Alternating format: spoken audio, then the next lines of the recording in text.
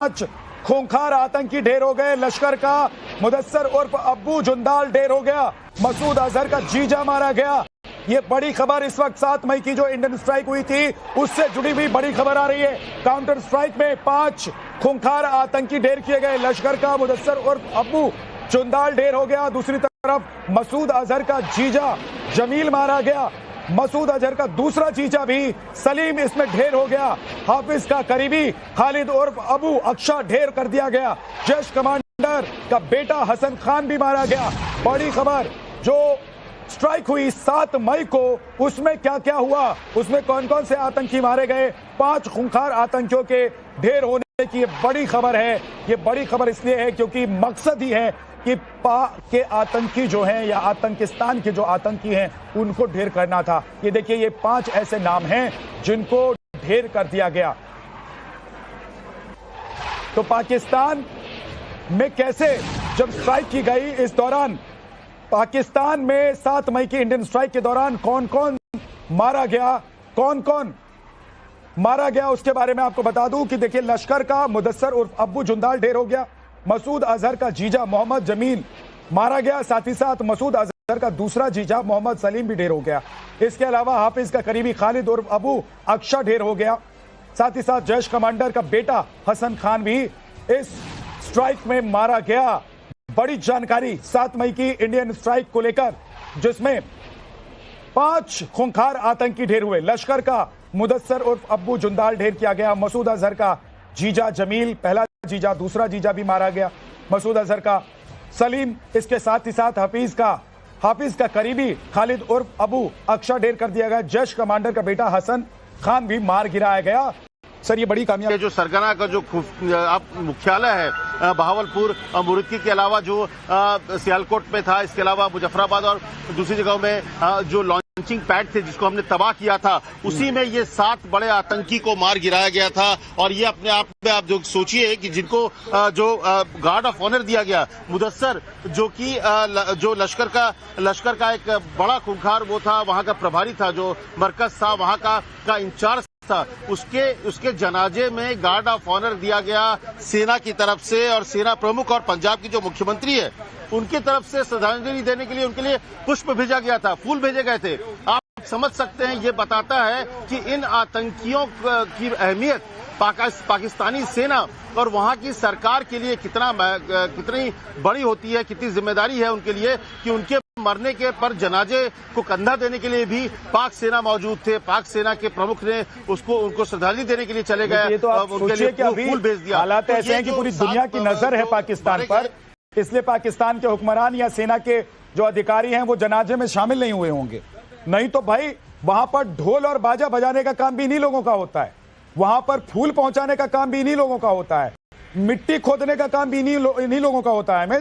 तो इसमें कोई हैरानी नहीं है, क्योंकि ये तो पाकिस्तान आतंक का ही देश है। आतंक के बिना इसका काम नहीं चलता। अगर काम चलता तो सोचिए कि हिंदुस्तान से बढ़िया और अच्छा दोस्त, जिससे आज पूरी दुनिया दोस्ती करना चाहती है, जिसके साथ आज पूरी दुनिया व्यापार करना चाहती है, जिसके साथ आज पूरी दुनिया अच्छा संबंध रखना चाहती है, पाकिस्तान अगर रखता तो पाकिस्तान आगे बढ़ता। लेकिन पाकिस्तान की नीयत, पाकिस्तान की रिवायत और पाकिस्तान की किस्मत आतंकवाद है। इसलिए आतंकवाद और आतंकवादियों से जो जुड़ी हुई बातें सामने आ रही हैं, उससे कोई हैरान होने की बात है। अमित, कुछ और कहना चाह रहे हैं आप? जल्दी से कहिए।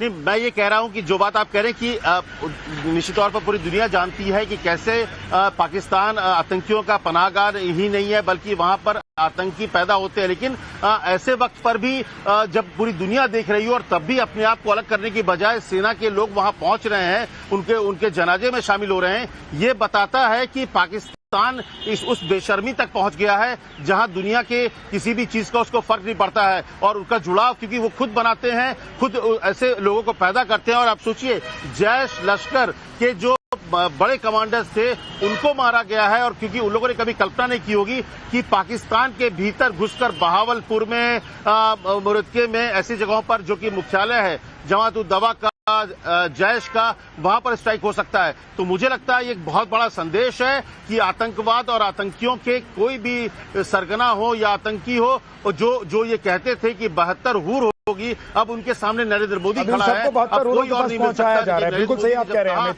कि सबको और मिट्टी में मिला देंगे। पाकिस्तान या आतंकिस्तान या आतंकियों के सरगना सोच रहे थे कि भारत बॉर्डर एलओसी के इलाके में छिटपुट अटैक करेगा, और यहां पर जो कुछ लोग जो एजेंडा चला रहे थे सर, वो ये कह रहे थे कि ऐसे छुटमुट अटैक करके जो भारत की सरकार है, मोदी जी हैं, ये पूरे हिंदुस्तान में कहेंगे कि हमने अटैक कर लिया। अब लेकिन उन लोगों को देखना चाहिए, पाकिस्तान तो देख ही रहा है, उन लोगों को भी देखना चाहिए। सवाल उठाने का नहीं है, हमारे सहयोगी अनुज भी हमारे साथ जुड़ गए, लेकिन एक बार सवाल उठाने का नहीं है, हमारे सहयोगी अनुज भी हमारे साथ जुड़ गए, लेकिन एक बार फिर से आपको ये बड़ी खबर बता देता हूं। इंडियन स्ट्राइक में आतंकी ढेर हुए थे। जो इंडियन स्ट्राइक 6 और 7 की रात को हुई थी, उसमें कौन कौन से आतंकी ढेर हुए थे आपको बताता हूं। लश्कर का मुदस्सर खादियान खास उर्फ अबू जुंदाल, जैश ए मोहम्मद का हाफिज मोहम्मद शामिल, इसके साथ ही जैश ए मोहम्मद का मोहम्मद यूसुफ अजहर, लश्कर ए तैयबा का खालिद उर्फ अबू आकाशा। खूंखार आतंकी ढेर हो गए। लश्कर का मुदस्सर उर्फ अबू जुंदाल ढेर हो गया। मसूद अजहर का जीजा मारा गया।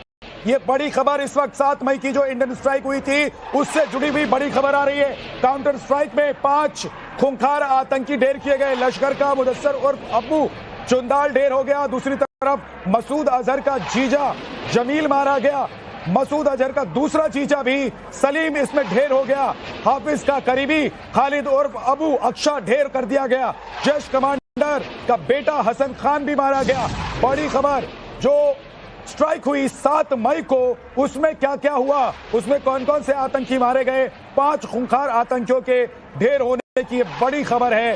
ये बड़ी खबर इसलिए है क्योंकि मकसद ही है कि पाक के आतंकी जो हैं या आतंकिस्तान के जो आतंकी हैं उनको ढेर करना था। ये देखिए, ये 5 ऐसे नाम हैं जिनको ढेर कर दिया गया।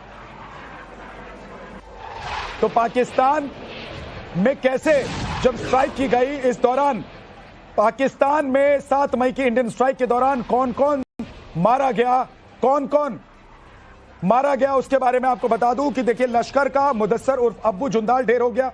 मसूद अजहर का जीजा मोहम्मद जमील मारा गया। साथ ही साथ मसूद अजहर का दूसरा जीजा मोहम्मद सलीम भी ढेर हो गया। इसके अलावा हाफिज का करीबी खालिद उर्फ अबू अक्षा ढेर हो गया। साथ ही साथ जैश कमांडर का बेटा हसन खान भी इस स्ट्राइक में मारा गया। बड़ी जानकारी 7 मई की इंडियन स्ट्राइक को लेकर, जिसमें 5 खूंखार आतंकी ढेर हुए। लश्कर का मुदस्सर उर्फ अब्बू जुंदाल ढेर किया गया। मसूद अजहर का जीजा जमील, पहला जीजा, दूसरा जीजा भी मारा गया।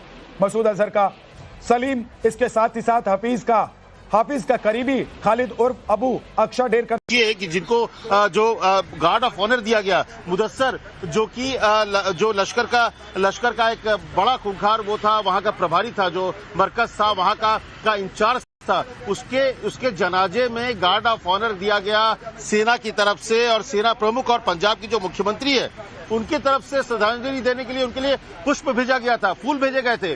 आप समझ सकते हैं, ये बताता है कि इन आतंकियों की अहमियत पाकिस्तानी सेना और वहां की सरकार के लिए कितनी बड़ी होती है, कितनी जिम्मेदारी है उनके लिए कि उनके मरने के पर जनाजे को कंधा देने के लिए भी पाक सेना मौजूद थे। पाक सेना के प्रमुख ने उनको श्रद्धांजलि देने के लिए चले गए, तो उनके लिए फूल भेज दिया। हालात ऐसे हैं कि पूरी दुनिया की नजर है पाकिस्तान पर, इसलिए पाकिस्तान के हुक्मरान या सेना के जो अधिकारी हैं वो जनाजे में शामिल नहीं हुए होंगे। नहीं तो भाई, वहां पर ढोल और बाजा बजाने का काम भी इन्हीं लोगों का होता है, वहां पर फूल पहुंचाने का काम भी इन्हीं लोगों का होता है, मिट्टी खोदने का काम भी इन्हीं लोगों का होता है। हमें तो इसमें कोई हैरानी नहीं है, क्योंकि ये तो पाकिस्तान आतंक का ही देश है। आतंक के बिना इसका काम नहीं चलता। अगर काम चलता तो सोचिए कि हिंदुस्तान से बढ़िया और अच्छा दोस्त, जिससे आज पूरी दुनिया दोस्ती करना चाहती है, जिसके साथ आज पूरी दुनिया व्यापार करना चाहती है, जिसके साथ आज पूरी दुनिया अच्छा संबंध रखना चाहती है, पाकिस्तान अगर रखता तो पाकिस्तान आगे बढ़ता। लेकिन पाकिस्तान की नीयत, पाकिस्तान की रिवायत और पाकिस्तान की किस्मत आतंकवाद है। इसलिए आतंकवाद और आतंकवादियों से जो जुड़ी हुई बातें सामने आ रही हैं, उससे कोई हैरान होने की बात है। अमित कुछ और कहना चाह रहे हैं आप, जल्दी से कहिए।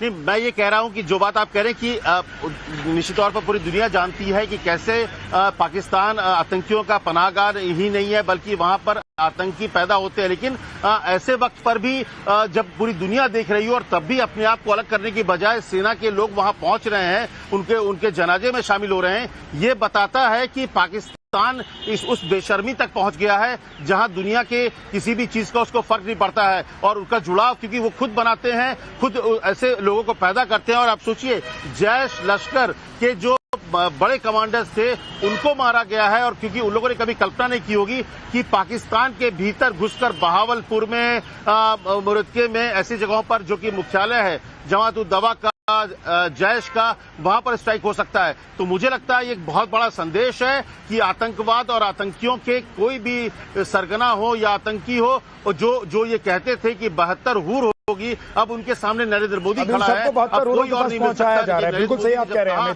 कि सबको मिट्टी में मिला देंगे।